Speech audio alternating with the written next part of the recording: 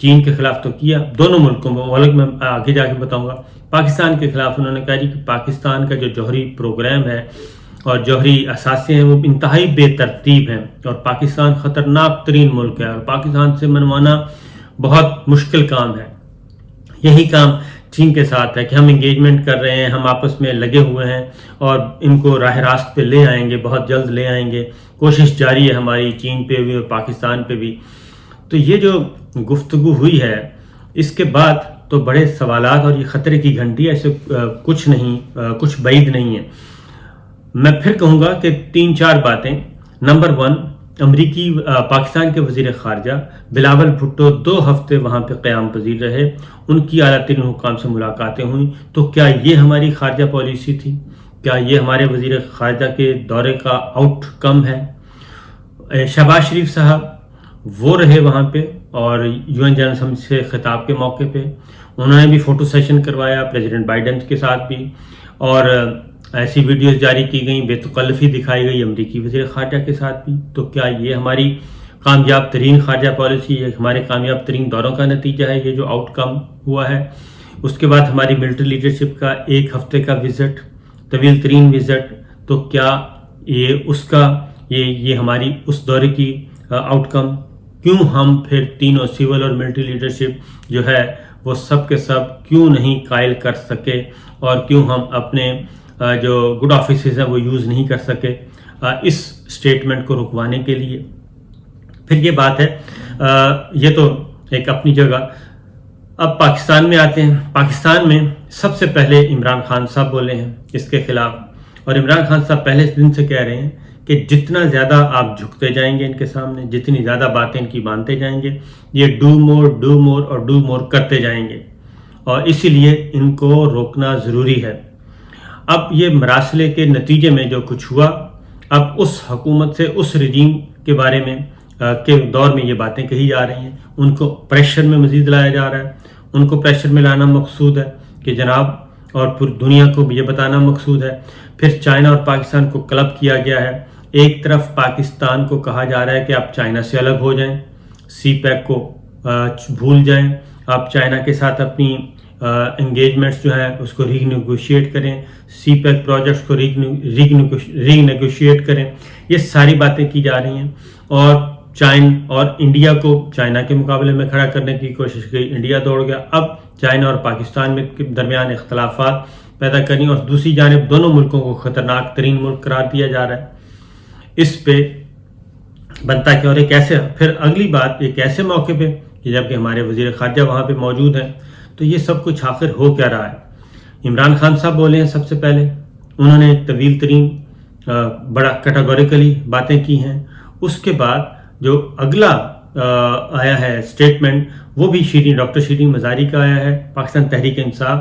پھر خورشید شاہ صاحب Pakistan Peoples party, اب ان کے سفیر کو ڈیمارش کرنے کا پروگرام ڈیمارش کیا جائے، احتجاجی مراسلہ ان کے حوالے کیا جائے گا، احتجاج کیا جائے گا امریکہ کے سفیر کو، یہ بلاول بھٹو صاحب کہہ رہے ہیں.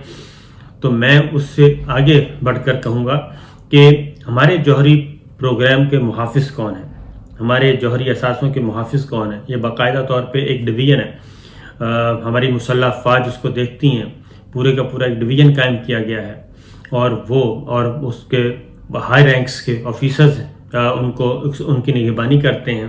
یہ ساری چیزیں، یہ فول پروف ہے، اس میں کوئی 1% شبہ بھی نہیں ہے. جب سے الحمدللہ پاکستان کا یہ جوہری پروگرام شروع ہوا ہے، شروع ہونے سے لے کے کمپلیٹ ہونے تک، اور اس کے بعد ہم نے جوہری صلاحیت حاصل کی، دھماکے بھی کیے، اس کے بعد سے لے کے آج تک کوئی ایک انسیڈنٹ بھی ایسا نہیں ہوا جو کہ جس سے ظاہر ہوتا ہو. جبکہ پڑوسی ملک بھارت میں بے شمار ایسے واقعات ہو چکے ہیں، اور پھر پاکستان میں تو ایک واقعہ بھی ایسا نہیں آیا کہ جس میں پتہ چلے کہ جی وہ جو جوہری مواد استعمال ہوتا ہے، را میٹیریل جو ہے، وہ مارکیٹس میں دستیاب ہے، خرید و فروخت ہو رہی ہے. بھارت میں اس طرح کے کئی مثالیں سامنے آ چکی ہیں کہ پرائیویٹلی خرید و فروخت ہو رہی ہے را میٹیریل کی، خام مال کی، جو جوہری اثاثوں میں استعمال ہوتا ہے، اس کی کھلے عام، اور اس پہ گرفتاریاں ہوئی ہیں، اس میں جیلوں میں گئے ہیں لوگ بھارتی شہری.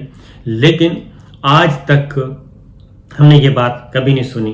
تو صورتحال انتہائی مختصر یہ ہے کہ ہمیں جاگنا چاہیے، سوچنا چاہیے، اور ذرا اس پہ جو میں نے ٹویٹ کیا خاص طور پہ D G I S P R کے لیے کہ ہمیں D G I S P R کو بھی اس پہ باقاعدہ طور پہ ایک اسٹرانگ قسم کی اسٹیٹمنٹ ہماری ملٹری لیڈرشپ کی طرف سے بھی آنی چاہیے، کیونکہ وہ انڈائریکٹ وہ پاکستان کے جوہری پروگرام کو بے ترتیب، غیر محفوظ جو قرار دے رہے ہیں اور خطرناک قرار دے رہے ہیں، وہ بنیادی طور پہ تو ہماری مسلح افواج پہ حملہ کر رہے ہیں، وہ انڈائریکٹ وہ اس پہ حملہ آور ہو رہے ہیں جن کے کنٹرول میں ہے کہ ان کے کنٹرول میں صحیح نہیں ہے، ایک بھی واقعہ پیش نہیں آیا، لیکن اس کے باوجود تو ان کا ہدف ہماری مسلح افواج ہے۔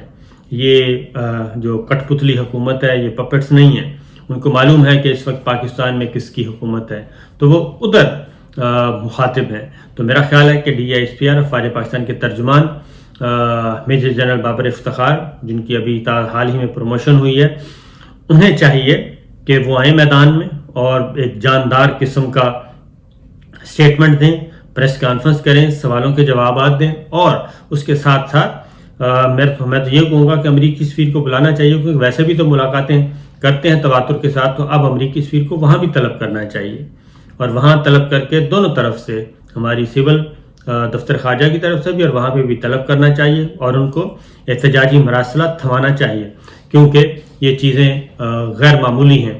تو بہرحال دیکھیے جی کہ آنے والے دنوں میں کیا ہوتا ہے، کیونکہ آہستہ آہستہ جو بلے ہیں وہ تھیلے سے باہر آ رہے ہیں، اور امریکن پریزیڈنٹ نے اگر بات کی ہے تو اٹ مینس کہ یہ ہوا میں نہیں ہے۔ دونوں ملکوں کو ٹارگٹ کیا جا رہا ہے، دو دوست ملک، دونوں کا مستقبل ایک دوسرے سے جڑا ہوا ہے، سی پیک، اور پاکستان کو اب تک مشکل ترین حالات سے نکالنے والا چین، بیلٹ اینڈ روڈ انیشیٹو، یہ ساری چیز ہمارے سامنے ہیں۔ ہمارے ساتھ ہماری دفاعی تعاون، دفاعی کوآپریشن ان کے ساتھ ہے۔ ایک طرف ہمیں چین اور پاکستان کو آپس میں لڑوانے کی کوشش باقاعدہ طور پہ ایجنڈے کے تحت، اور دوسری جانب الگ الگ ایک دوسرے چائنا اور پاکستان پہ حملہ آور ہو رہے ہیں۔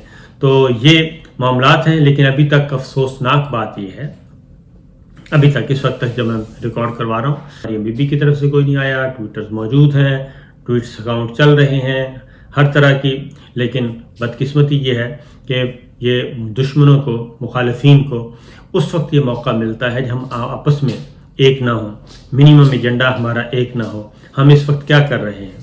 ہم اس وقت لوگوں کو پاکستان میں کیا کر رہے ہیں؟ پاکستان کو لوگوں کو پکڑ کر بے لباس کر رہے ہیں۔ نہ پارلیمنٹیرین محفوظ ہیں، نہ نوجوان محفوظ ہیں، نہ بوڑھے محفوظ ہیں، نہ ہی درمیانی عمر کے محفوظ ہیں۔ وہ بے لباس کیا جاتا ہے، ویڈیوز بنائی جاتی ہیں، اور افسوسناک، انتہائی افسوسناک مناظر جو ہیں وہ ہمیں دیکھنے کو مل رہے ہیں۔ پوری دنیا کی نظریں پاکستان پہ ہیں، پاکستان کی مذمت ہو رہی ہے، جہاں پہ نہ صحافت آزاد ہے، نہ سیاست آزاد ہے، نہ پارلیمان آزاد ہے، نہ جمہوریت آزاد ہے، اس پہ اتنی قدغنیں ہیں۔